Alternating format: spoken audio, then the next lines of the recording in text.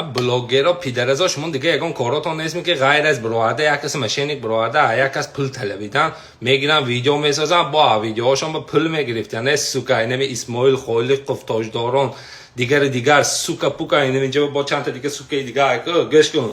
همت آقی پدر همت توار پاسلدنی کنچنی دستت فقط همین تلفنت میگیری دیگه ویدیو کردن نمیتونی سوکا بلد چه مردم براده بین مردم به درآمد شما یکان ملیسه میگی همت شما چیکاره